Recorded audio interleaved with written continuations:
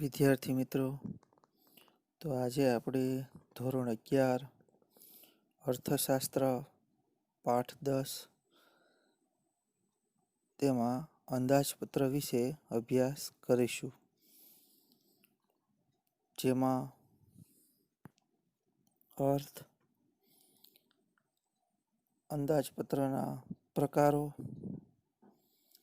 સમતોલ અંદાજપત્ર અને અસમતોલ અંદાજપત્ર.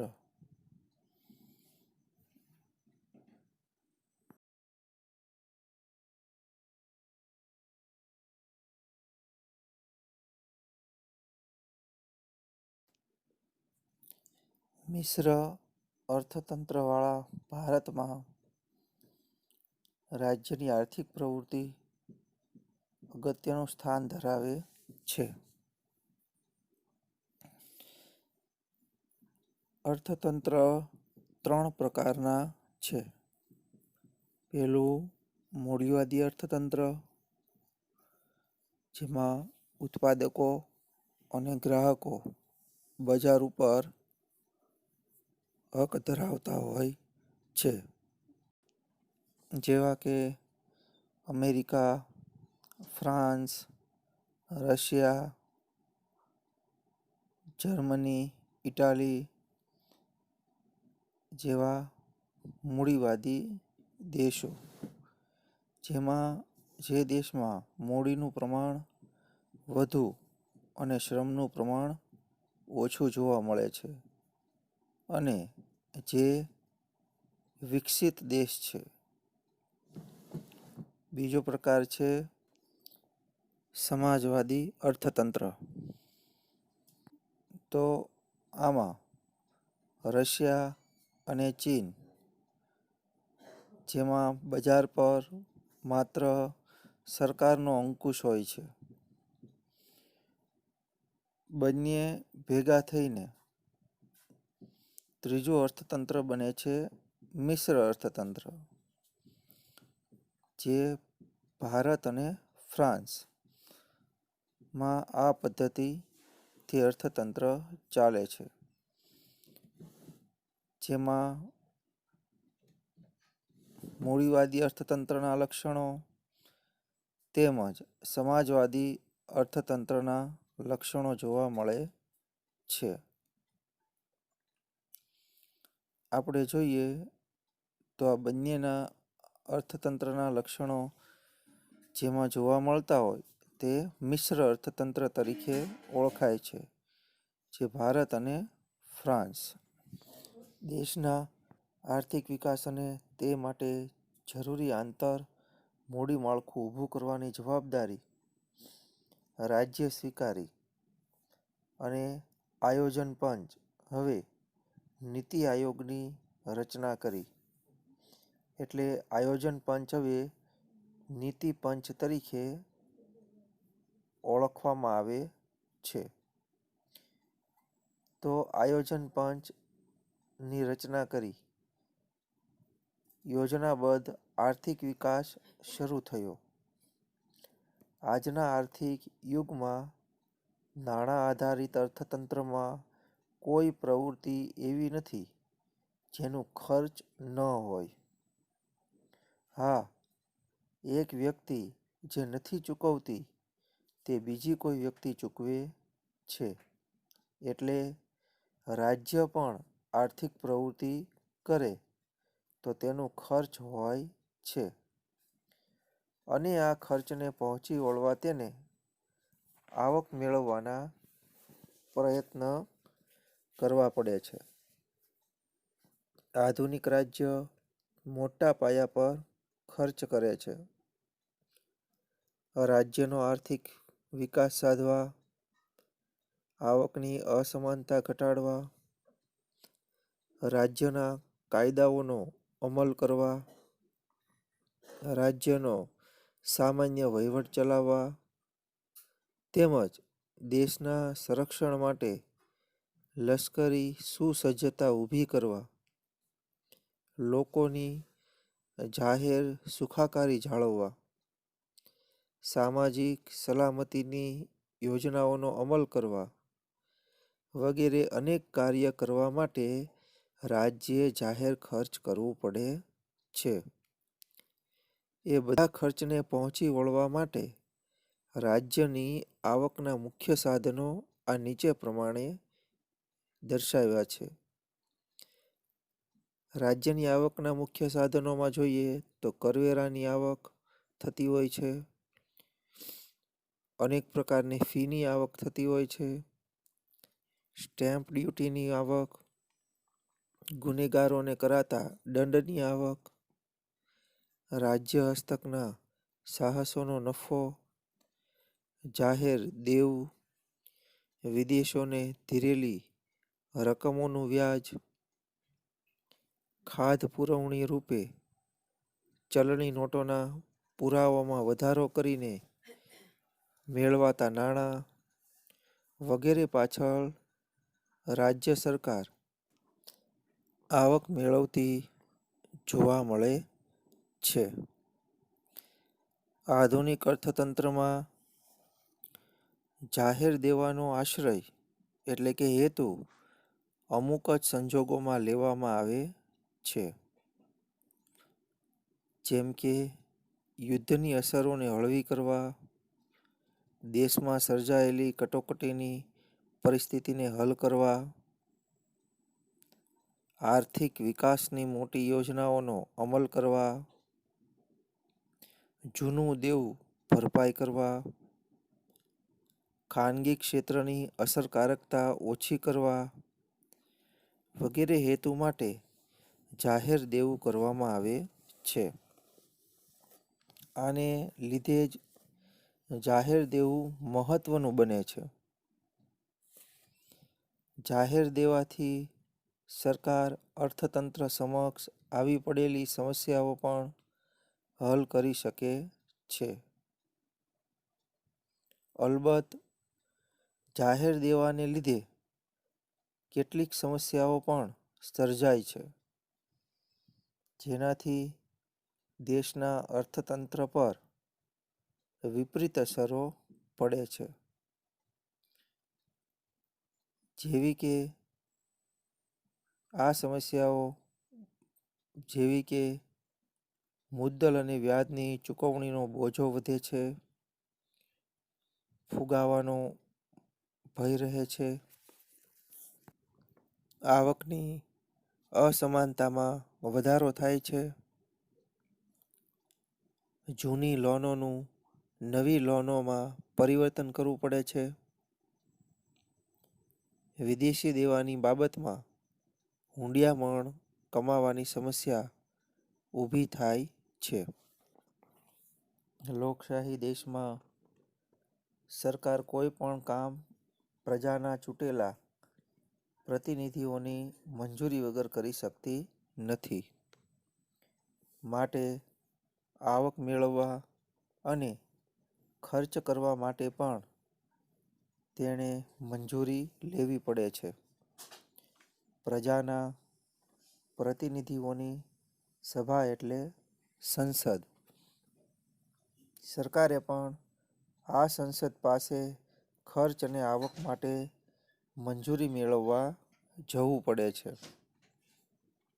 આવનારા વર્ષ માટે સરકાર જાહેર ખર્ચ તથા આવક મેળવવા માટે સંસદ સમક્ષ જે અંદાજો મૂકે છે તેને અંદાજપત્ર કહેવામાં આવે છે. વ્યક્તિની જેમ રાજ્ય પોતાના આવક અને ખર્ચની વિગતો ખાનગી રાખી શકતું નથી. રાજ્યે ખર્ચ પ્રમાણે આવકના સાધનો ઊભા કરવા પડતા હોવાથી દરેક નાણાકીય વર્ષની શરૂઆતમાં જ આગામી વર્ષના ખર્ચ અને આવકની અંદાજિત રકમોનું નિવેદન તૈયાર કરવું પડે છે.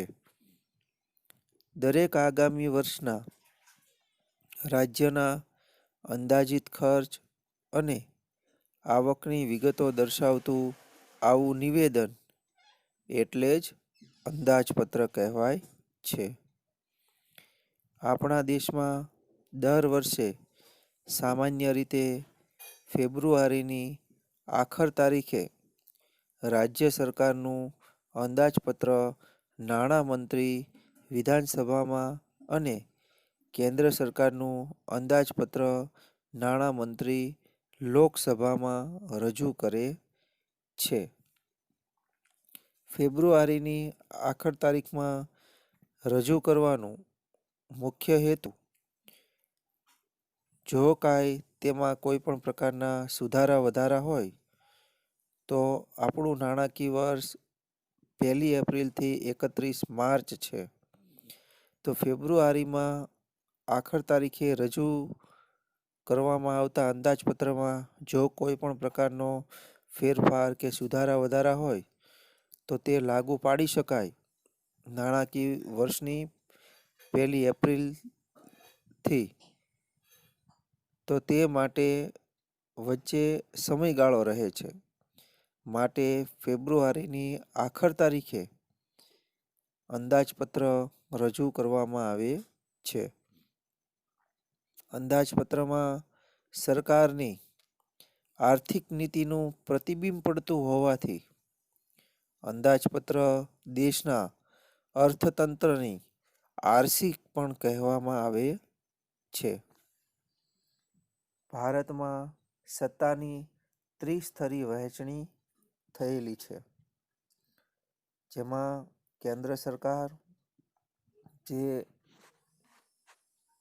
સમગ્ર દેશ લેવલે, રાજ્ય સરકાર જે બધા રાજ્યની અલગ અલગ સરકાર એટલે કે રાજ્ય લેવલે અને સ્થાનિક સ્વરાજ્યની સંસ્થાઓ જે સ્થાનિક લેવલે, જેમાં દાખલા તરીકે મ્યુનિસિપાલિટી, આ ત્રણેય સત્તાઓ વિવિધ પ્રવૃત્તિઓ પાછળ ખર્ચ પણ કરે છે અને આ ખર્ચને પહોંચી વળવા આવક પણ મેળવે છે.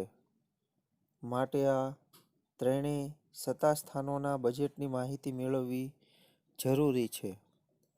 ભારતના બંધારણમાં કેન્દ્ર અને રાજ્ય વચ્ચે તેમણે કરવાના કાર્ય તથા મેળવવાની આવકના સાધનોની વહેંચણી કરવામાં આવી છે, જેને સમવાય વ્યવસ્થા કહેવામાં આવે છે. એટલે કે સરકારની યાદીમાં કેન્દ્ર સરકારે કરવાના કાર્ય અને રાજ્ય સરકારે કરવાના કાર્ય બંને વચ્ચે વહેંચણી કરવામાં આવેલી છે. બંધારણમાં સમવાયી વ્યવસ્થાએ કેન્દ્ર, રાજ્ય તથા સ્થાનિક સ્વરાજ્યની સંસ્થાઓને કરવાના કામ તથા તે માટેના આર્થિક સાધનો ફાળવાયા છે. તેમાં કેન્દ્ર સરકારે કરવાના કાર્ય, રાજ્ય સરકારે કરવાના કાર્ય, સ્થાનિક સરકારે કરવાના કાર્ય જણાવાયા છે. દેશ માટે અત્યંત મહત્વ ધરાવતા અને વ્યાપક અસરવાળા કાર્યો કેન્દ્ર સરકારને સોંપવામાં આવ્યા છે. એટલે કે કેન્દ્ર સરકારે સંરક્ષણ બાબત, રેલવે બાબત, વસ્તી ગણતરી વગેરે તથા રાજ્યને અસરકારક તથા પ્રજાને સીધી અસર કરનારા કામ સોંપવામાં આવ્યા છે. રાજ્ય સરકારના ફાળે શિક્ષણ, કાયદો વ્યવસ્થા જેવા કાર્ય રાજ્ય સરકાર સંભાળશે અને સ્થાનિક સ્વરાજ્યની સત્તાને સ્થાનિક મહત્વવાળી અને પ્રાથમિક સેવાઓ સોંપવામાં આવી છે. જેવી કે સ્ટ્રીટ લાઇટ, સફાઈ, ડ્રેનેજ પાણી એટલે કે સેનિટેશન વગેરે. તો આ બધા રાજ્ય સરકાર, કેન્દ્ર સરકાર અને સ્થાનિક સરકારે અલગ અલગ કાર્યોની વહેંચણી કરી છે. જેથી કરીને અર્થતંત્ર સરળ રીતે ચાલે. આમ રાજ્ય સરકાર, કેન્દ્ર સરકાર અને સ્થાનિક સ્વરાજ્યની આવક અને ખર્ચની પણ અલગ અલગ વહેંચણી કરેલી છે.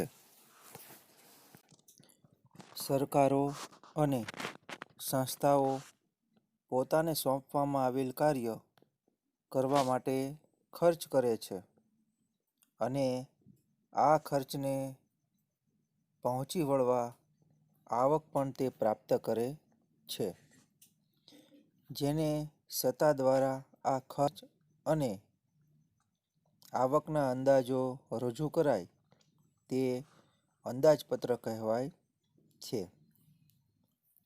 હવે આપણે અંદાજપત્રનો વિગતે અર્થ તપાસીએ. સરકાર દ્વારા આવનારા નાણાકીય વર્ષ માટે રજૂ કરવામાં આવનાર ખર્ચ અને આવકના અંદાજોના હિસાબપત્રને અંદાજપત્ર કહેવામાં આવે છે. એટલે કે ચાલુ વર્ષની પછી જે આવનારું વર્ષ છે તેના માટે અંદાજપત્ર રજૂ થાય છે. એટલે કે નાણાકીય વર્ષ 1 એપ્રિલથી 31 માર્ચ. આમ જોઈએ તો ભારતમાં 3 પ્રકારના વર્ષ છે. હજી જૂની પરંપરા મુજબ છે તે ગુજરાતી મહિના મુજબ હિસાબી ચોપડાઓ તૈયાર કરતા જોવા મળે છે. એટલે કે કારતક સુદ એકમથી આસો વદ અમાસ સુધીના હિસાબી ચોપડાઓ. બીજું છે કેલેન્ડર વર્ષ, જે 1 જાન્યુઆરીથી 31 ડિસેમ્બર સુધીનું વર્ષ. આપણા ભારતમાં નાણાકીય વર્ષ 1 એપ્રિલથી 31 માર્ચ એમ 3 પ્રકારે વર્ષ છે તે જોવા મળે છે. ભારતમાં સરકાર 1 એપ્રિલથી 31 માર્ચ સુધીના વર્ષને લક્ષમાં રાખીને આવક જાવકના હિસાબો તૈયાર કરતી હોય છે. તો હવે અહીંયા આપણે જોયું કે સરકારે આવનારા નાણાકીય વર્ષ માટે રજૂ કરવામાં આવનાર ખર્ચ કેટલો હશે અને તેની સામે આવકના અંદાજોના હિસાબપત્રને અંદાજપત્ર કહેવામાં આવે છે. આવનાર નાણાકીય વર્ષમાં સરકાર કઈ કઈ વસ્તુ પાછળ કેટલો ખર્ચ કરશે અને કયા ક્ષેત્રમાંથી કેટલા ટકા કર દ્વારા કે અન્ય સાધનો દ્વારા આવક મેળવશે તેનો અંદાજ મેળવે છે, જેને આપણે અંદાજોના હિસાબપત્ર ને અંદાજપત્ર કહેવામાં આવે છે. આમ અંદાજપત્ર આવનારા વર્ષના આવક ખર્ચના અંદાજિત હિસાબો દર્શાવે છે, જેમાં વર્ષ પૂરું થતાં આ આંકડાઓમાં ફેરફાર પણ હોઈ શકે છે. આ માત્ર અંદાજો છે અને તેને લક્ષમાં લઈને કાર્ય કરવાનું હોય છે. હવે આપણે ફલિત થતી બાબતોની ચર્ચા કરીએ. તો અંદાજપત્રમાંથી અર્થમાંથી ફલિત થતી બાબતો. અંદાજપત્રના અર્થમાંથી નીચેની બાબતો ફલિત થાય છે.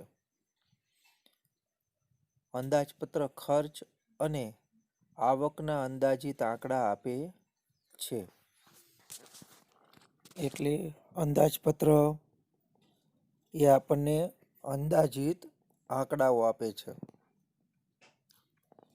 બીજું, તે આવનારા નાણાકીય વર્ષના સંદર્ભે જ રજૂ થાય છે. માટે આ અંદાજો ચોક્કસ સમયગાળા માટે છે એમ કહી શકાય. એટલે કે હવે પછીનું જે આવનાર નાણાકીય વર્ષ હોય, આપણે હમણાં ઉપરોક્ત મુજબ ચર્ચા કરી કે વિશ્વમાં 3 રીતે વેપારીઓ ચોપડા બનાવતા જોવા મળે છે. નાણાકીય વર્ષ, કેલેન્ડર વર્ષ, ખાસ કરીને ગુજરાતમાં પ્રાદેશિક ભાષા આપણે ગુજરાતી વર્ષ. તો આવી રીતે અલગ અલગ ચોપડા બનાવતા જોવા મળે છે. પરંતુ સરકાર છે તે નાણાકીય વર્ષને સંદર્ભે જ અંદાજપત્ર રજૂ કરે છે. એટલે કે આ અંદાજો ચોક્કસ સમયગાળા માટે છે એમ કહી શકાય.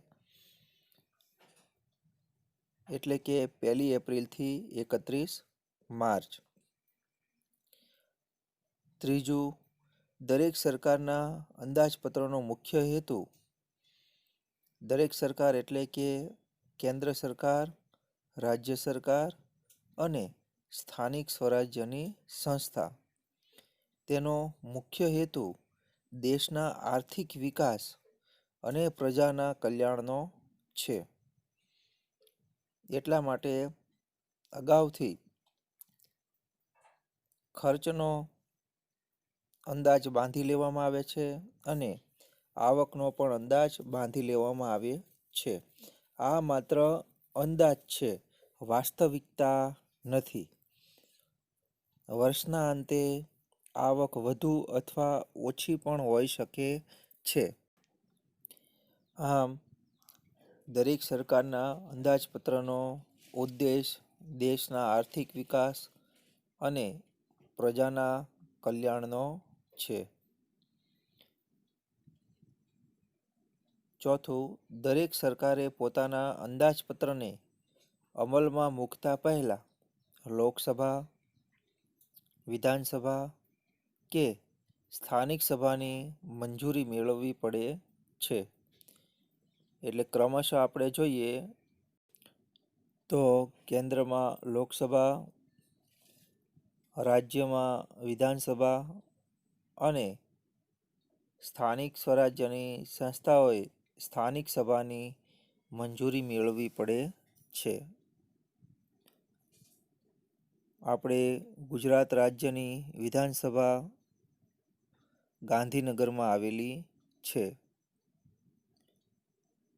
જેનું નામ શ્રી વિઠ્ઠલભાઈ ભવન છે. પાંચમું, અંદાજપત્ર સામાન્ય રીતે કેન્દ્ર કે રાજ્ય સરકારના નાણાં મંત્રી રજૂ કરે છે. એટલે આપણે અગાઉ જોયું તે પ્રમાણે કે આપણા દેશમાં દર વર્ષે સામાન્ય રીતે ફેબ્રુઆરીની આખર તારીખે રાજ્ય સરકારનું અંદાજપત્ર નાણામંત્રી વિધાનસભામાં અને કેન્દ્ર સરકારનું અંદાજપત્ર નાણામંત્રી લોકસભામાં રજૂ કરે છે. અને આવી રીતે અંદાજપત્રમાં સરકારની આર્થિક નીતિનું પ્રતિબિંબ પડતું જોવા મળે છે. તો ઉપરોક્ત બાબતો અંદાજપત્રના અર્થમાંથી ફલિત થાય છે. ટૂંકમાં સરકાર દ્વારા આવનાર નાણાકીય વર્ષ માટે રજૂ કરવામાં આવનાર ખર્ચ અને આવકના અંદાજોના હિસાબપત્રને અંદાજપત્ર કહેવામાં આવે છે. આવનાર વર્ષના નાણાકીય હિસાબોના આવક ખર્ચના હિસાબી પત્રક ને અંદાજપત્ર કહેવામાં આવે છે. હવે પછીના લેક્ચરમાં આપણે અંદાજપત્રના પ્રકારો વિશે અભ્યાસ કરીશું. અસ્તુ. જય હિન્દ.